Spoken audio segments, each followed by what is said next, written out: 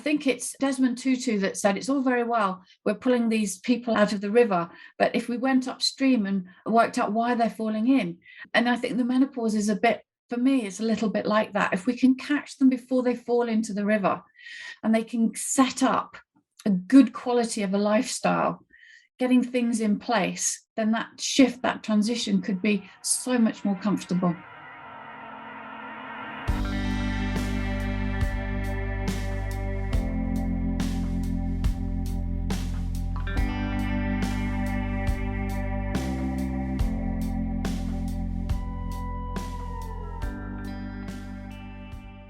Hello, and welcome to another Human Givens podcast. I'm Jo Baker, and I'm part of the Human Givens team. And today I'm going to be talking to Kim Thomas about menopause and facing the challenge of that change. Hi, Kim. How are you? Thank you so much for joining us today. Hello, Jo, and thank you for inviting me. I'm really excited about being here and sharing with you and your listeners how we all can begin to look at supporting women's well-being and helping women manage their menopause symptoms. So Kim's a fully qualified clinical hypnotherapist, as well as a trained Human Givens and person-centered psychotherapist too. And she supports her clients to let go of any negative thoughts or feelings or myths or beliefs that they've unwittingly downloaded throughout their lives and allows them just to fade past. And Kim refers to this process as defragging the hard drive, which I think is a fantastic metaphor. Kim specialises in and is really passionate about helping and supporting women to manage their menopausal journeys, which for some can be really distressing and often quite challenging and sometimes debilitating too, and sometimes really a process that they actually need to come to terms with.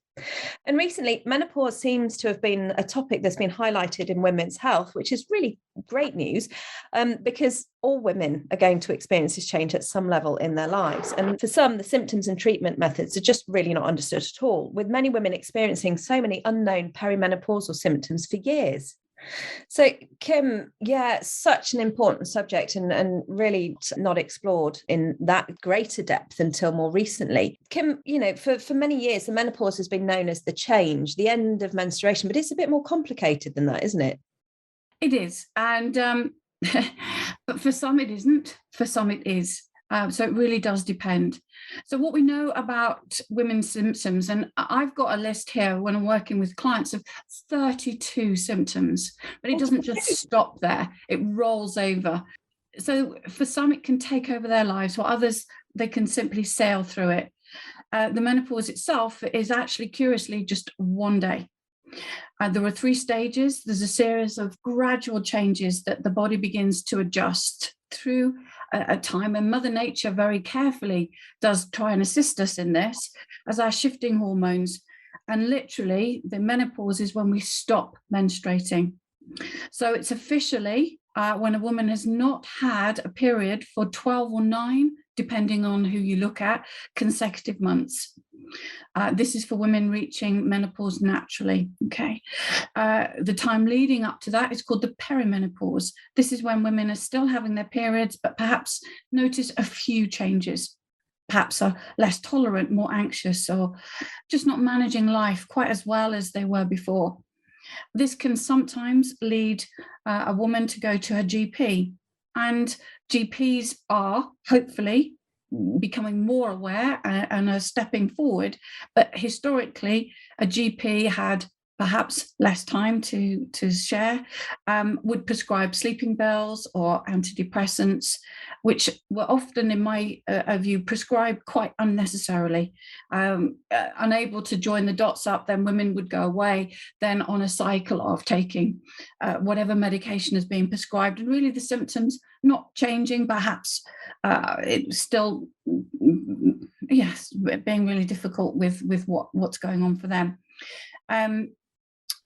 The menopause, the perimenopause, because it creeps up for many women quite slowly, can impact on their family and the work dynamics. So it affects relationships, whether that's at home or with friends out in the workplace. I've worked with many women who have fractured relationships. And it's quite interesting that when women sometimes get to midlife, they become more and more aware of perhaps what their own mothers experienced.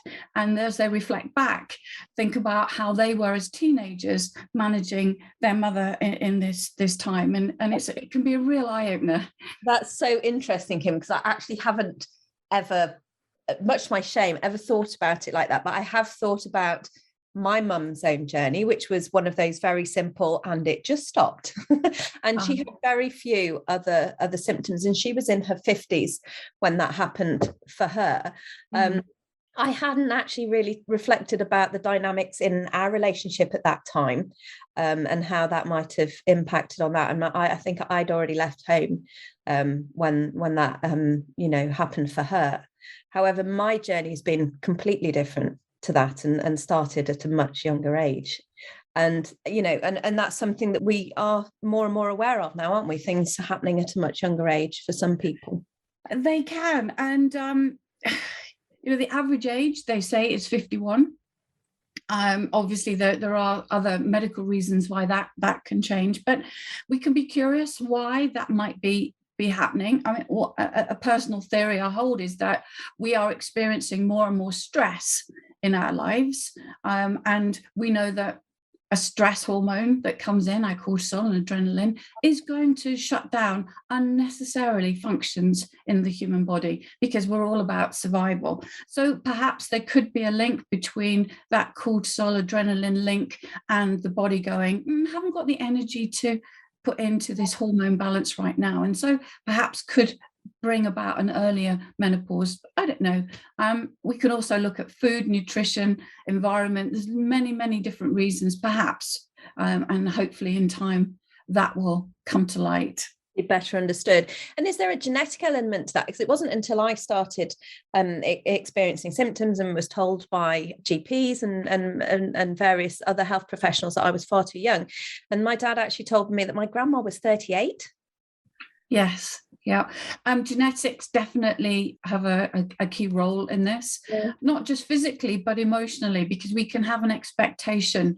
And one of the questions I often ask my clients is, what was the people, the women around you, your primary carers, or the people what were their experience? What did you unwittingly download about what you thought this might experience? We know people talk about painful birth, and women, it can terrify women, and they believe that that's what is going to happen.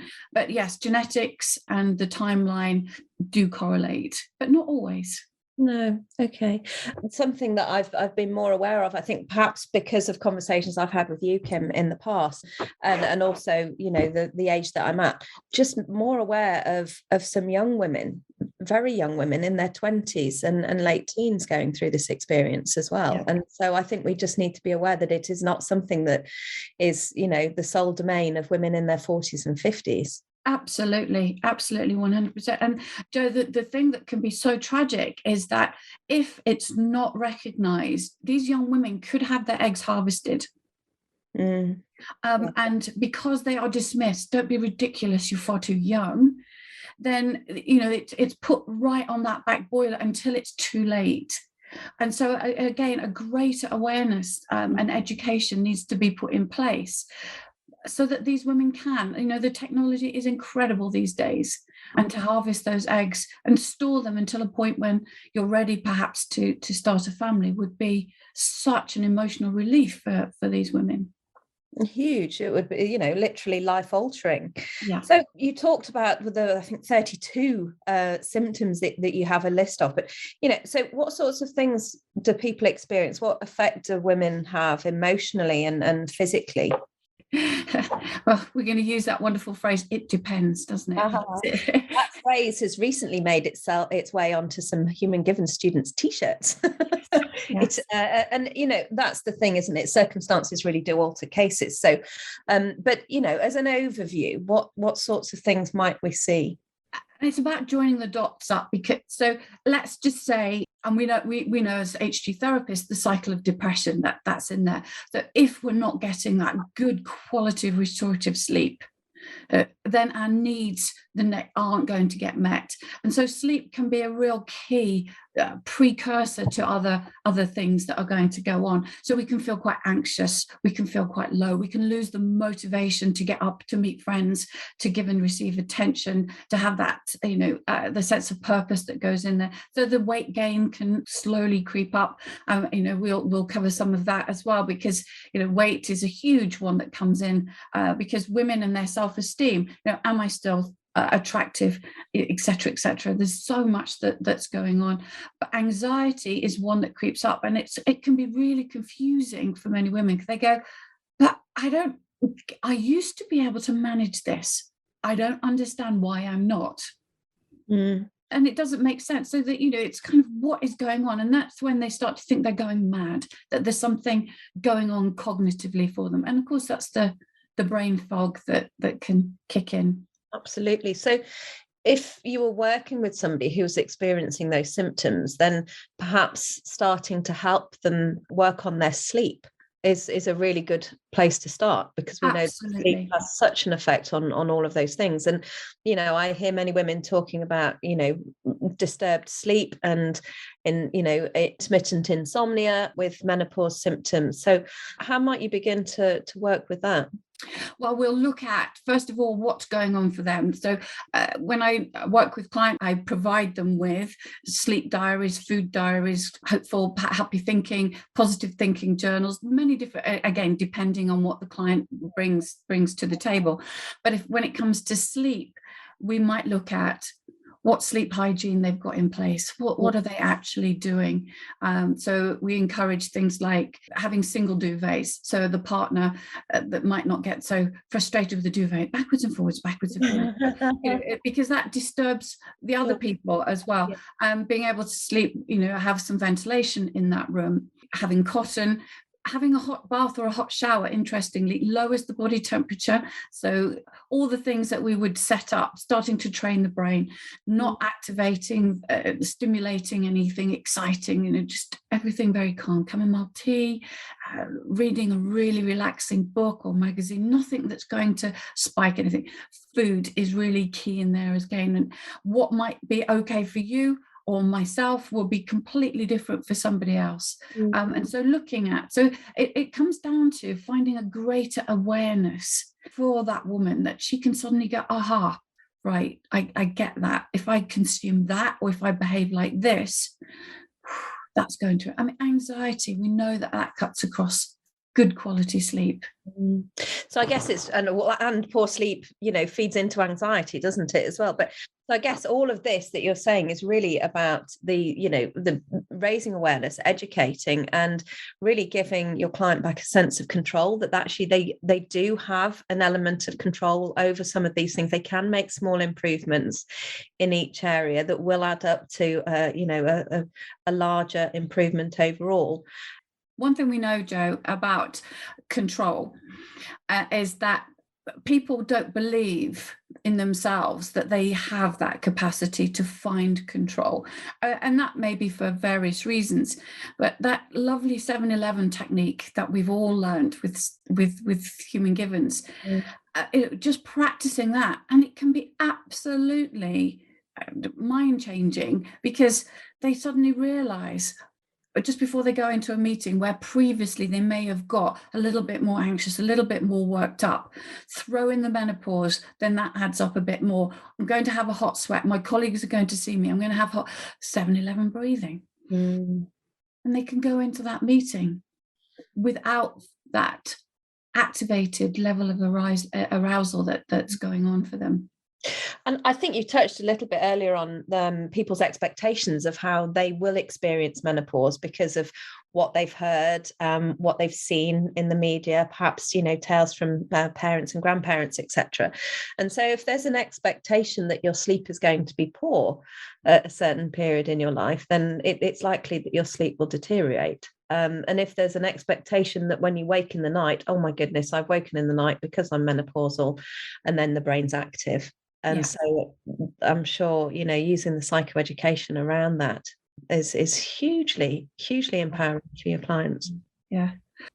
If we change the way we think about things, the things we think about change. Yes, Absolutely. And that's not to take away at all from the very real, physical and emotional symptoms that people experience, but it's just saying, actually, there are things that we can do to improve them. There are, absolutely. And we're definitely, we can, Davina McCall at the moment is, out there doing lots of her TV programs, which is fantastic because there's more and more awareness happening. However, there's a little bit of me that perhaps sees that could disempower women. Okay. That this belief that HRT is the only answer, and for many women it is a answer, but there are other answers too. And just because you've got a headache doesn't necessarily mean you have to take a headache pill. Sometimes it's about sometimes it's about having a glass of water, or just taking 5 minutes out, releasing some tension, going for a walk. And then, okay, no, I've still got this headache. Maybe then I need to medicate. Sure. Yeah. Okay. So you mentioned, we've looked at sleep, and you mentioned, the duvet coming off and going back on again, and, some things you can do around sleep hygiene. But is it, what other things do you work with as well? So we know that smoking is a big one.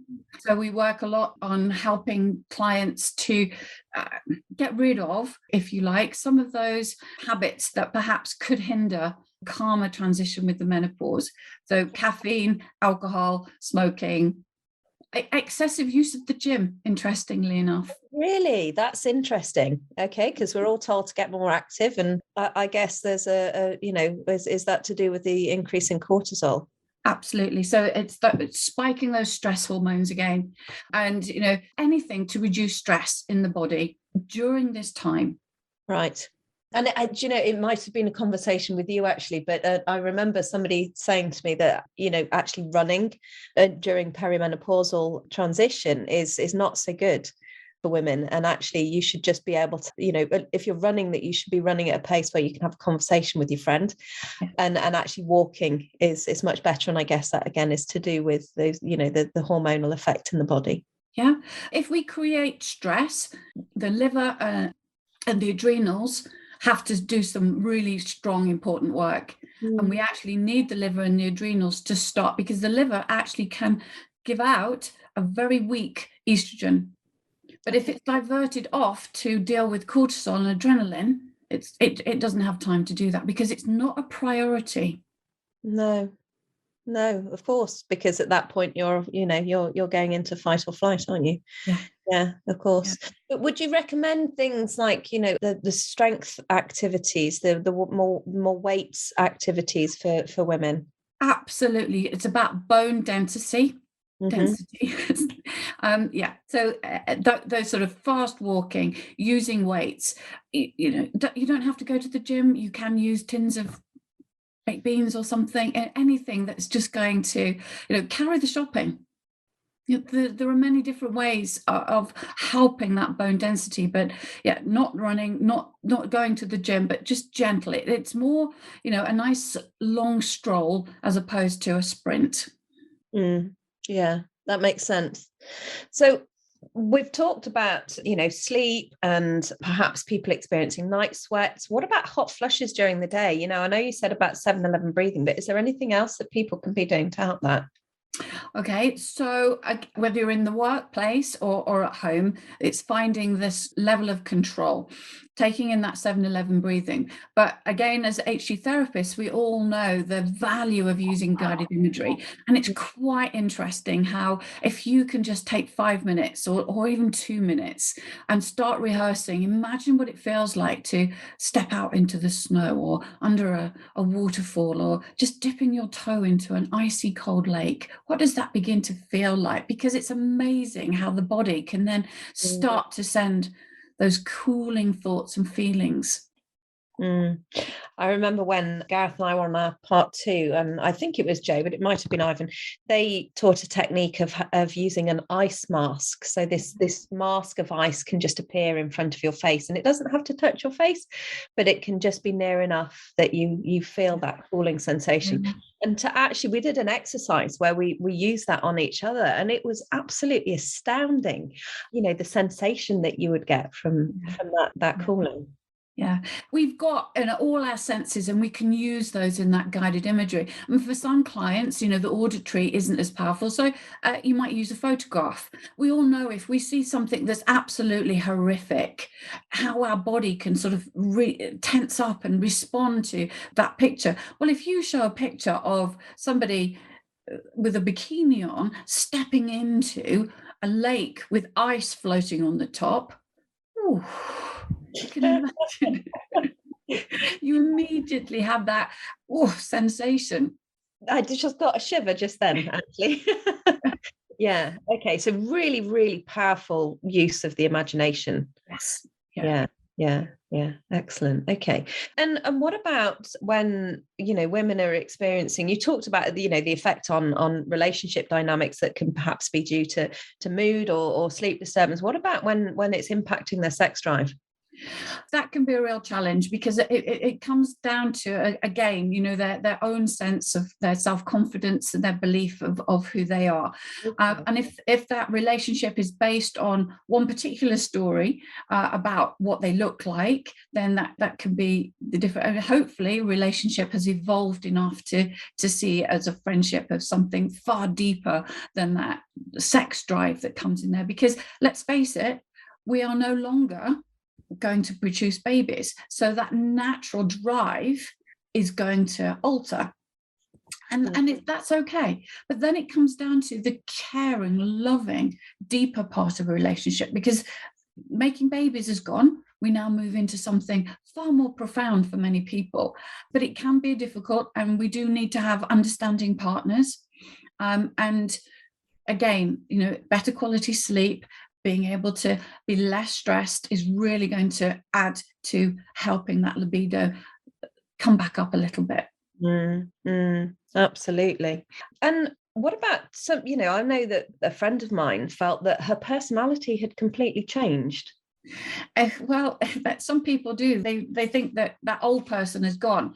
But, is the new person a good thing or a bad thing? We can be curious about that. So there's a little hormone that we don't talk about too much. So in the picture with the menopause, we've got the estrogen, progesterone, the big ones, and we've got the testosterone. The other one that comes in there is that oxytocin. It's not one that we talk about a lot, but it's, it tends to be our caring hormone. And oxytocin comes in because as women, we are generally about looking after, caring for. I'm not saying that men don't, because they absolutely do, 100%, some, but generally the body, when a woman gives birth, she's flooded with oxytocin. And that's Mother's Nature way of saying, regardless of what this little bundle is going to bring into your life, you are going to love it. You are going to care for it. And that oxytocin starts to deplete. And what can be really confusing in relationships is, because we've been this oxytocin flooded woman, that when it starts to deplete just a little bit, you can get a woman that every Thursday she's made her husband, a steak and kidney pie. And I'm being a bit sexist here, but not intentionally, but just an example. And all of a sudden she's thinking, I don't want to make this steak and kidney pie every Thursday. Simple as. I've done it for the last years. So now we've got a woman going, do you know what, I really, but then the husband's going, or the partner's going, well, that means you don't love me anymore then, because you're not making me the steak and kidney pie. And it can just roll into this. But one of it's whether she's got the energy, but also she wants to move on perhaps and do other things with her life, not just do those things that perhaps historically she's been used to doing.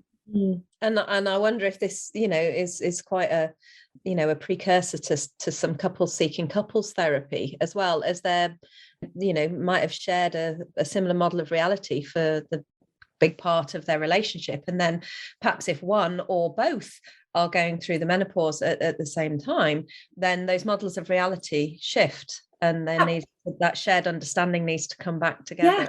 Yeah. And what we want to say is, it's not you, or it's not, it's your hormones. So let's just press that pause button. Let's just look at what's going on here, because it doesn't mean just because we change as you say, a model of behavior, that we don't care about this person. We absolutely do, but it is just fluctuating hormones. And once we can balance those back out again as best we can, then we can get on and really start to enjoy life. And I guess, as we go through this, the balance of our needs changes as well. And I wonder if it's a really useful time for women to be doing an emotional needs audit.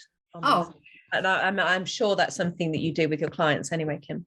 So the emotional needs audit and the PM14 are absolutely key. And it would be really fantastic if you could have done those with a 20-year-old and then revisit them, and just see how what's shifted, what's changed.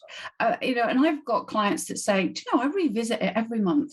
They just go back to it and go, oh, because there's been a shift, there's been a change, and it's fluid, isn't it? We're all changing. Yeah. And I think that shift rather than change is quite a useful way to look at it, because we haven't changed as humans. We're still fundamentally the same human being that we were, but perhaps we've shifted into a different gear. Yeah. The menopause, this transition can be very empowering for women. It might sound that they're being selfish, but self-care isn't selfish. It definitely isn't. And, we can look at Maslow's hierarchy of need and look at that self-actualization. And it's empowering women. And perhaps the younger women can learn that they can have that, then the better. Because, again, that can be a belief that they've downloaded from perhaps their younger years, that they perhaps can't have it all, but they can.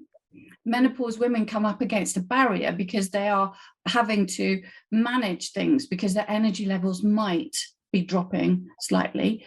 But given a little bit of time and some patience, they will come back. This isn't forever. And I guess, as you said, it's about that understanding and the education and raising awareness of one's own body. And I think that's something that, perhaps we take for granted, Kim, because of the training that we've had, but not everybody is educated in that way. And why should they be, but perhaps maybe that's the sort of thing that ought to be coming through more, of really getting in touch and knowing your body, knowing the way that your body responds and what helps it and what hinders it. Yeah. And, that might make this shift a little bit smoother for some people. You said that, traditionally people may have gone to doctors and perhaps been given sleeping pills or antidepressants, so often quite inappropriately as well, through no fault of the GPs, but as has been highlighted in recent times, the lack of training is quite astounding, considering that roughly 50% of their patients are guaranteed to go through this at some point. So is misdiagnosis a common thing, and what sorts of things can it be misdiagnosed as? Often I wouldn't say it's misdiagnosed. I think it's missed. Right. Completely. It can be, because of, you're working, you've got this going on, stress, you're not sleeping. And they don't, for some reason, see the value or the power of our hormones. So I guess then it's about just being, having the courage to keep going back and saying, no, this is not right, actually, and I need to be heard. Yes. Yeah. There are more GPs, apparently, that are coming into some menopausal training. Historically, as far as I've been told, they're given one morning during their whole 7-8 years of medical training on the menopause, which, considering how it impacts on every single part of a woman, down to her urinary behavior, her adrenals, her brain, then, one morning. It's quite. More GPs are setting up private practices. We've got Louise Leeson in Stratford upon Avon, who I think believed she was going to be on her own. I think she's now got 20 GPs in her practice, all supporting, and many of them online now, women with that menopause. And she's prescribing, or they in that clinic are prescribing HRT.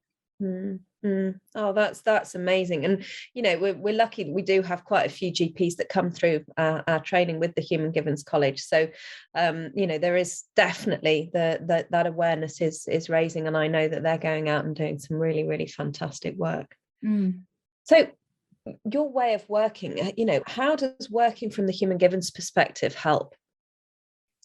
Again, coming back to the emotional needs audit and the PM14 form, having a look at that, depending on what your client what she's arrived with you.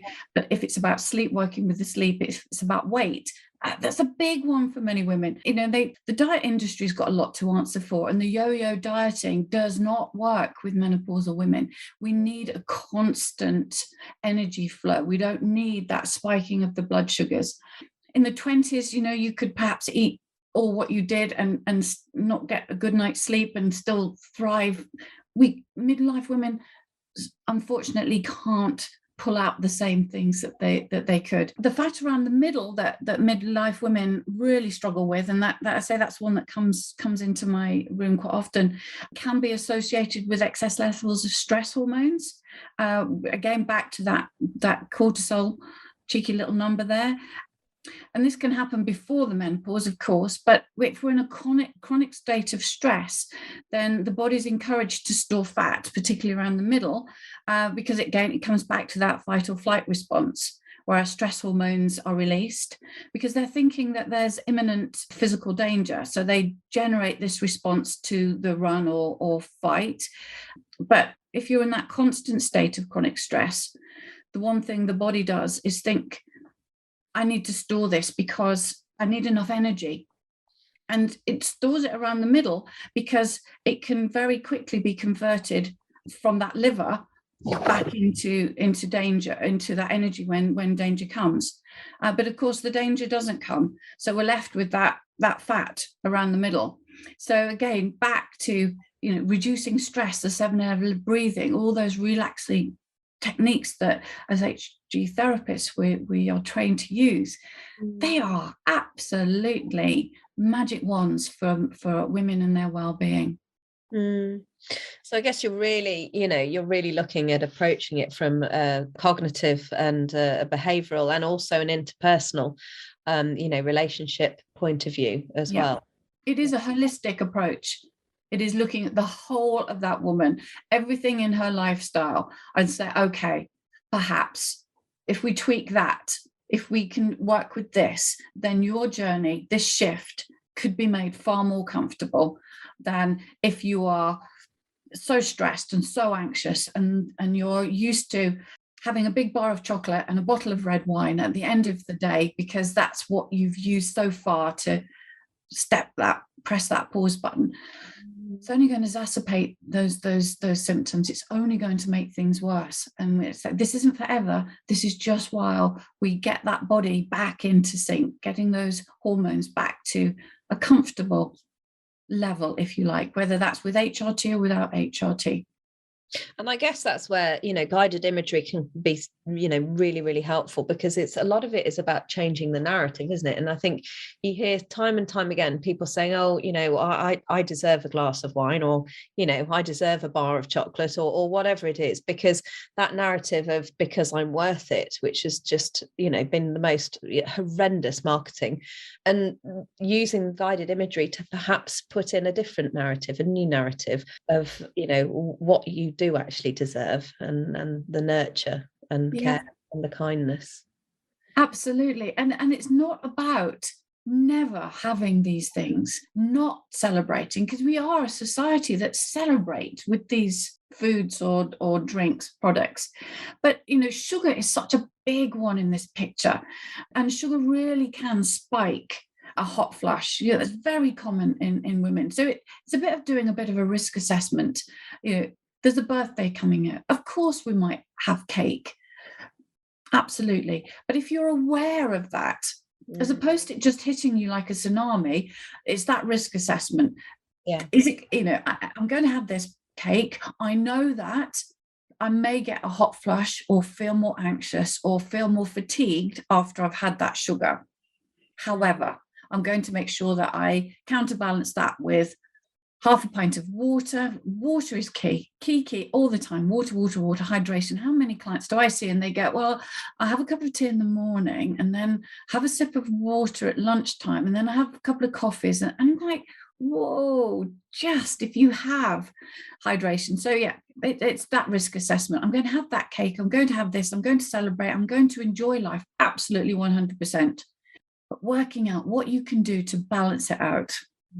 I was just about to say, the key really is balance there, isn't it? And I guess, again, that raising awareness, the hidden sugars that people, rather choose to forget, maybe, that a bottle of wine is a bottle of sugar. Yes. Yeah, absolutely. And the food industry are a bit like, I can't think of a word to be polite, but I think they sit there going, how can we make our food more addictive? And sugar and salt, let's make it more addictive because you want to eat more of it. Oh, we all fall into the trap. Oof. Totally. On part 2 that Gareth and I taught recently, there was a very interesting Doctor of Science on the course, and she said that the body has a natural limiter for how much salt we can take, how much sugar we can take, and how much fat we can take. However, if all 3 of those are put together, that is switched off. So if you've got a food product that has the combination of being salty, sweet, and fatty, such as, some highly orange coloured corn chips made by various different producers, things like that, highly addictive, no off button. So it's, I guess, what you're talking about is those sorts of things. Absolutely, because then we just don't stop.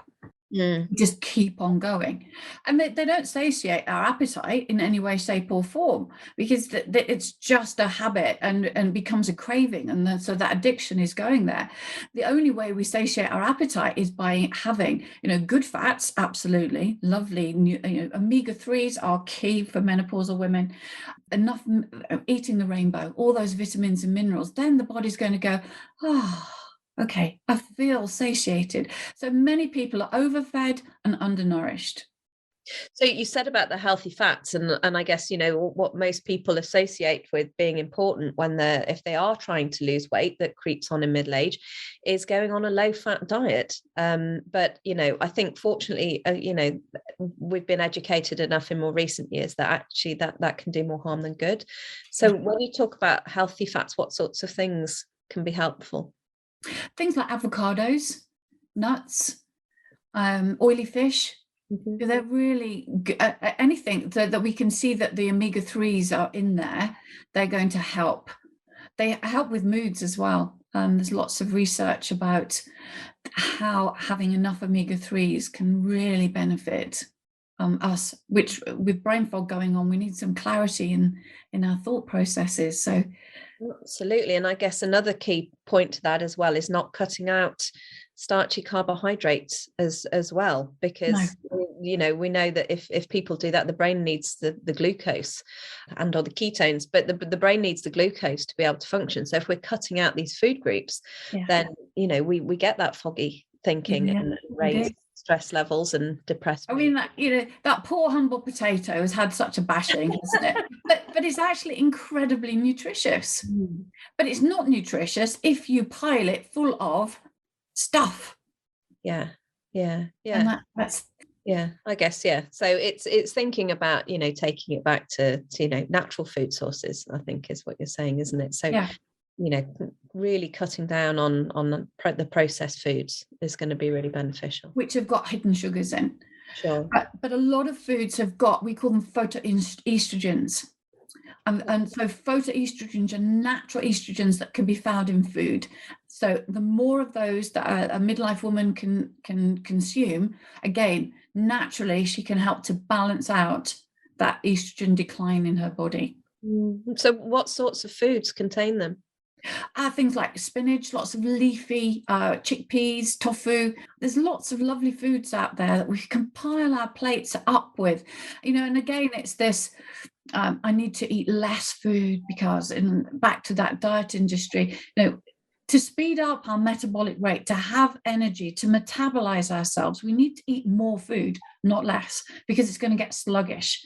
So by having a plate full of leafy greens and maybe a lovely potato and a piece of salmon and things like that, it's really going to speed that metabolic rate up. It's going to speed up how that food gets processed and goes through the body. Remember that, a high fiber diet, if we reduce the toxins from our body, then the body's going to have an ability to balance out hormones. So if it's sluggish and slow, it's just going to hold on to those toxins. And So it really seems that women are being pulled in two different directions. They're wanting to perhaps lose the weight that they've gained around their middles or wherever it's gone on. And so therefore they might be influenced to eat less or eat low fat or cut out carbs. But at the same time, they're experiencing low levels of energy. So actually what they need to be doing is to be fueling their body more with the right sorts of things. Absolutely. Yeah. I mean, you can see how easily it can get so confusing about what's the right thing to do. Yeah, there's so much conflicting information out there, isn't there? Yeah. So I guess really, as we've said already, it's about raising awareness for the individual and for people around them as well. And I know that you've talked about, self-care and, perhaps a little bit of kindness as well to oneself and to people who might be going through the menopause. Absolutely. And it's, for me, education is key. So I get asked now to go and deliver talks into the workplace so we can help people understand what's going on for their work colleagues and for themselves, whether they're taking that home to their partners or they're experiencing themselves. Prevention is better than cure. I believe that it should be on the school curriculum. That if we start to educate, so every adult should have an awareness of these hormones and how they can shift and how they can impact on our lives. And if we did think about men, again, not wanting to be too sexist, but if testosterone was something that commonly happened, the decline of for midlife men, I think men would want to know what was going on for them. Yes, and it certainly has been said before that if the menopause was a male problem, it would have been sorted by now. That's a very strong possibility that could be very true. Yeah, absolutely. So there's a lot that women can be doing to be able to support themselves and to make small improvements to any of the unpleasant things that they might be experiencing. And, you're obviously, going out there and doing workshops and talks, which is fantastic. When would it be a good idea, perhaps, for somebody to maybe seek some one-to-one therapy? Again, it depends. So every woman is unique and every woman's journey is going to be unique. And so if you've got a woman perimenopausal who isn't in any way joining any dots up, thinking that she is menopausal, but is perhaps lacking in her sleep, perhaps she might not be having the hot flushes, but she could be anxiously not having the good quality sleep, or if she's beginning to feel her weight is changing and she can't, I've always done this, I've always done that, but something's not, because the natural thing to do would be to either increase going to the gym or reduce the amount of food, as opposed to thinking, I wonder if this is anything to do with my hormones. Because then it's a bit like a dog chasing its tail. She's going round and round in circles, or a hamster wheel to nowhere. So helping to get that clarification and that understanding. Yeah. But it is that self-awareness. So at any point then to come in and definitely go and see a client, a therapist one-to-one. But if you wait until it's catastrophic, if your life, so, we have seen women take their own lives because they have got to such a point that they don't know what's going on. Their husbands have no idea what's going on. They're on this cycle of depression. They may be on antidepressant medication, but they just cannot cope. 1 in 10 women hand in their notice. Wow.